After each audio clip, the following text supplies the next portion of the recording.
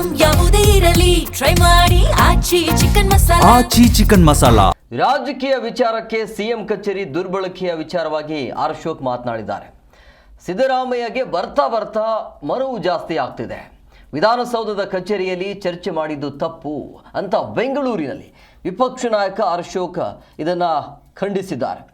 CM ಅವರೇ ಪದವಿಯ ದುರ್ಬಳಕೆಯನ್ನು ಮಾಡಿಕೊಂಡಿದ್ದಾರೆ ಅಂತ.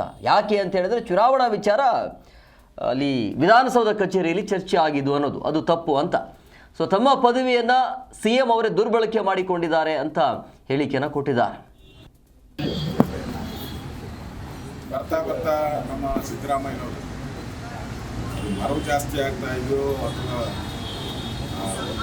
ಒತ್ತಡದಲ್ಲಿದ್ದರು ಅಥವಾ ಅಧಿಕಾರ ತ್ಯಾಗ ಮಾಡಬೇಕು ಅಂತನೋ ಅಧಿಕಾರ ಉಳಿಸ್ಕೊಬೇಕು ಅಂತನೋ ಈ ಗೊಂದಲದಲ್ಲಿರೋದ್ರಿಂದ ಮಾಧ್ಯಮದ ರೇಖು ಅಂತಂದು ಸಾಮಾನ್ಯ ಆಗುವುದು.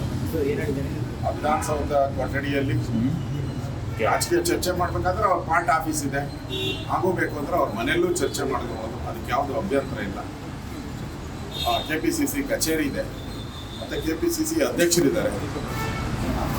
ಅಧ್ಯಕ್ಷರಿದ್ದಾಗ ವಿಧಾನಸೌಧದಲ್ಲಿ ಕರೆದು ಮನೆಯವ್ರನ್ನ ಕುಟುಂಬದವ್ರನ್ನ ಚರ್ಚೆ ಮಾಡಿರೋದೇ ದೊಡ್ಡ ತಪ್ಪದು. ಮಾಡಬಾರ್ದಾಯ್ತು, ರಾಜಕೀಯ ಚರ್ಚೆ ಮಾಡಬಾರ್ದಾಯ್ತು. ಅದರಿಂದ ಎಲ್ಲ ಒಂದು ಕಡೆ ಮುಖ್ಯಮಂತ್ರಿಗಳು ಆ ಪದವಿಯನ್ನು ದುರುಪಯೋಗ ಮಾಡ್ಕೊಳ್ತಾ ಇದ್ದಾರೆ. ಎಲ್ಲಿ ಯಾವುದನ್ನು ಚರ್ಚೆ ಮಾಡಬೇಕು ಅವ್ರಿಗೆ ಅರ್ಥ ಗೊತ್ತಿದ್ರೂ ಕೂಡ ಗೊತ್ತಿದ್ದು ತಪ್ಪು ಮಾಡ್ತಾರಲ್ಲ,